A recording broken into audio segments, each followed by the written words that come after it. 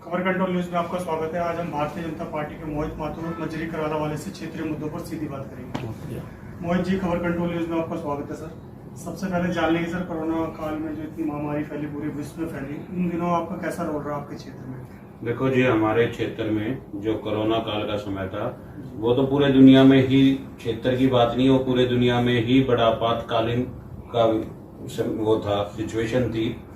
हमारे क्षेत्र में जो हमने भाई सुनील जिंदल जी और हमारी भाभी सरिता जिंदल जी, उनके नेतृत्व में जो हमने कोरोना काल में काम किया वो बड़ा ही मतलब अद्भुत था, एक अलग ही था देखने को। बड़ा ही एक सिस्टमेटिक हम कहेंगे कि बड़ा कार्य करा हमने सबको। मतलब हमने कोरोना काल में जाकर घर घरों भाई सुनील जिंदल जी के लिए हमने कोरोना से लड़ाई करी, साथ साथ में गरीबी से लड़ाई करी, और हमने वहां पे हर घर खाना पहुंचाने का, कोई भाई बंधु भूखा ना रहे, ये सारा कार्यक्रम हमने किया। ये सारा सहयोग आपके माध्यम से हो रहा था या जिंदल जी के माध्यम से हुआ? देखो, ये तो सब हमारे बड़े भाई का हमारे ऊपर कृपा रहती है, करने वाला ऊपर वाला होता है, एक सहयोग होता है, वो हमारे भाई सुनील जिंदल जी और सरिता भाभी के नेतृत्व में ये सारा काम हुआ। कोई रेड जोन वगैरह घोषित तो नहीं होता सर आपके वार्ड में? बहुत सारे रेड जोन हुए, उसमें भी हमने ये किया कि घर घर जाके जो भी सैनिटाइज करना होता है और सैनिटाइज किया, सैनिटाइज मेडिसिन दी, और बड़ा अच्छा एक जो था सफर हमने तय किया कोरोना काल का। सर, ये जान लेंगे, दिल्ली में उपचुनाव हुए नगर निगम के, उसमें से 5 में से 1 सीट भी भारतीय जनता पार्टी जीत नहीं पाई, क्या कारण है इसका?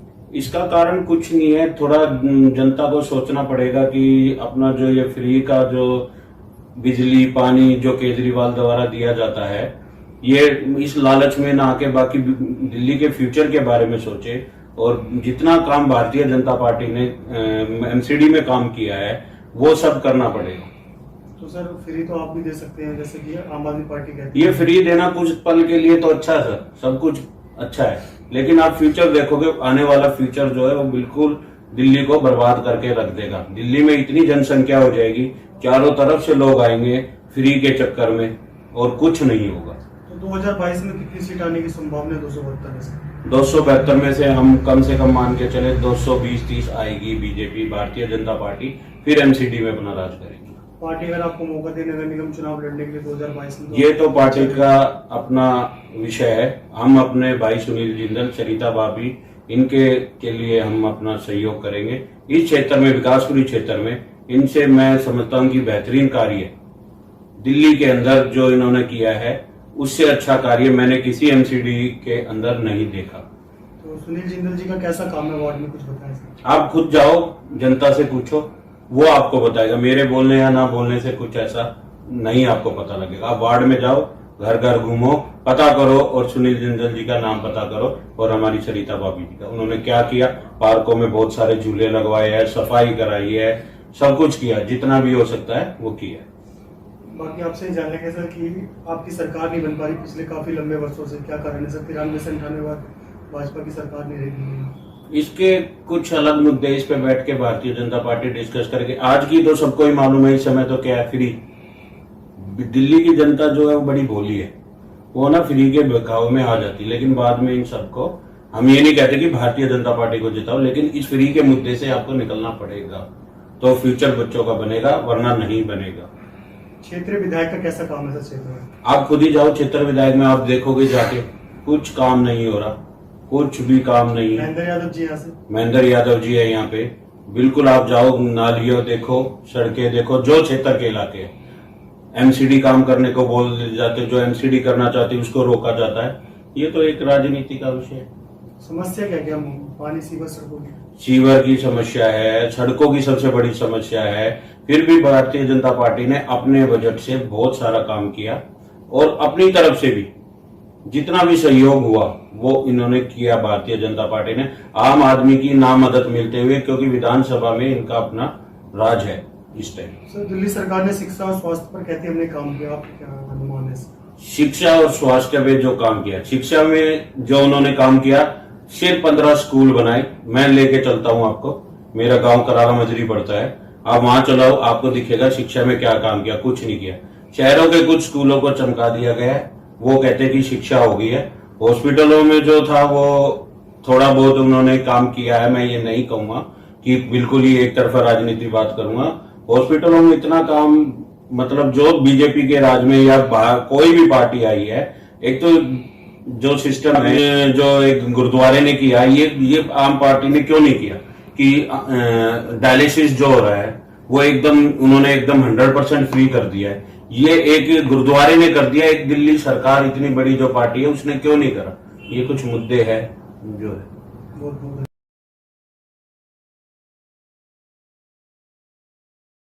चड्ढा जी, आपसे मेरा यही सवाल है सर, आज व्यापार की स्थिति कैसी है सर? व्यापार देखिए ठीक है, हम तो यही कहेंगे व्यापार ठीक है।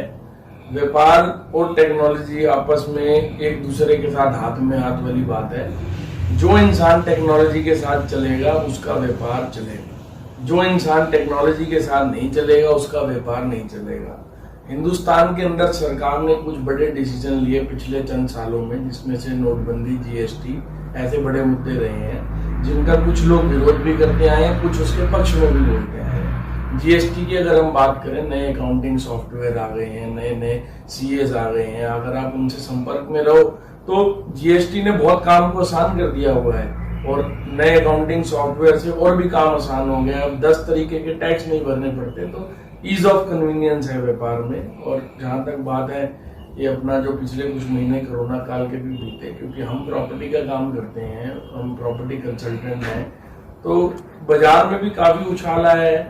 इसके बाद से लोगों की परचेजिंग पावर समहाउ आई है, लोगों ने पैसा निकाला है, प्रॉपर्टियां ले रहे हैं, तो ऐसा कुछ नहीं है, अच्छा चल रहा है।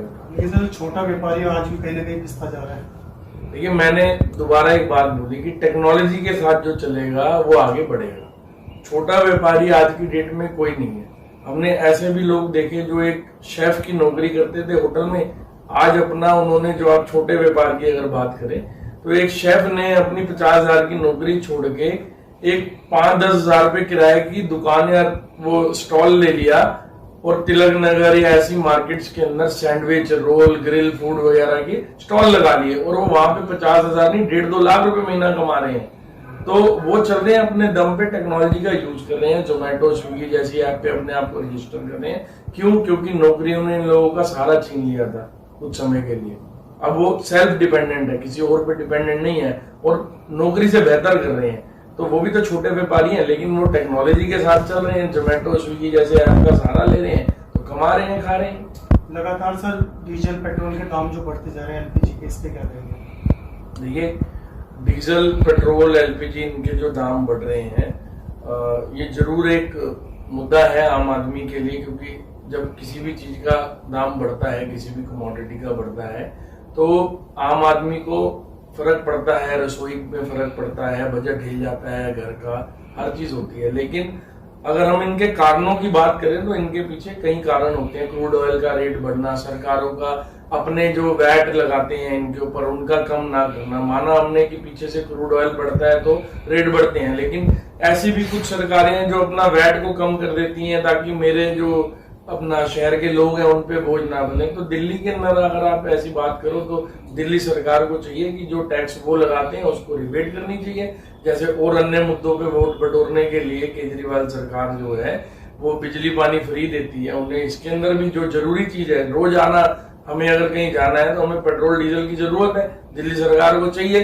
कि वहां से अपना जो है वैट को हल्का करें। बिजली पानी कोई बड़ा समस्या थोड़ी है, 500,000 रुपए के बिल हम भर सकते हैं बॉस, लेकिन 10-20 हजार रुपए का महीने का पेट्रोल डीजल वो भारी मात्रा में चलता है, उसमें अगर गिरावट हो तो जनता और बढ़ चढ़ के उनको वोट देगी। किसान आंदोलन पे कुछ कहना चाहोगे आप? देखिए, किसान आंदोलन की जहां तक बात है, मैं आपसे कल की बात शेयर करना चाहूंगा। मैं गाजियाबाद से दिल्ली आ रहा था कल। किसानों ने जहां ये दावा करा कि हम किसी को कोई परेशानी नहीं होने देंगे, शांतिपूर्वक हम आंदोलन करेंगे, तो वो आंदोलन कोई शांतिपूर्वक नहीं है। मैं आपको पहली बात तो ये बता दूं, ये बदमाशी हो रही है आंदोलन की आड़ में। सड़कों को जाम किया हुआ है, नेशनल हाईवे को जाम करके बीचों बीच बैठना, ये कोई आंदोलन नहीं है। ये जान के आप जनता को अपने राजनीतिक हवाबाजी को तूल देने के लिए जनता को परेशान कर रहे हैं। हमें गाजियाबाद से दिल्ली आने के लिए कल 3 घंटे लग गए। जिस भी कट से हम हाईवे को टच करते थे, हमें वहीं से यू टर्न मारकर वापस सिटी में जाना पड़ता था, अंदर की गलियां देख के आना पड़ता था। अगर आपको प्रोटेस्ट करना है और सही में कोई मुद्दे हैं तो आप जंतर मंतर जाइए, जैसे और प्रोटेस्ट होते हैं, धरने प्रदर्शन होते हैं, वहां पे करिए। बुराड़ी में सरकार ने आपको जगह ऑफर करी थी, वहां जाके करिए आप, लेकिन ऐसा नहीं हो रहा है। इसकी आड़ में ये वो लोग हैं जो असली में बीच में दलाली किया करते थे, उनकी दलाली खत्म होने जा रही है सरकार के इस डिसीजन से, इसलिए वो इस सारे कारनामे पर बैठे हैं। असल में किसान आंदोलन कोई मुद्दा नहीं है, इसको एक मुद्दा बनाया जा रहा है।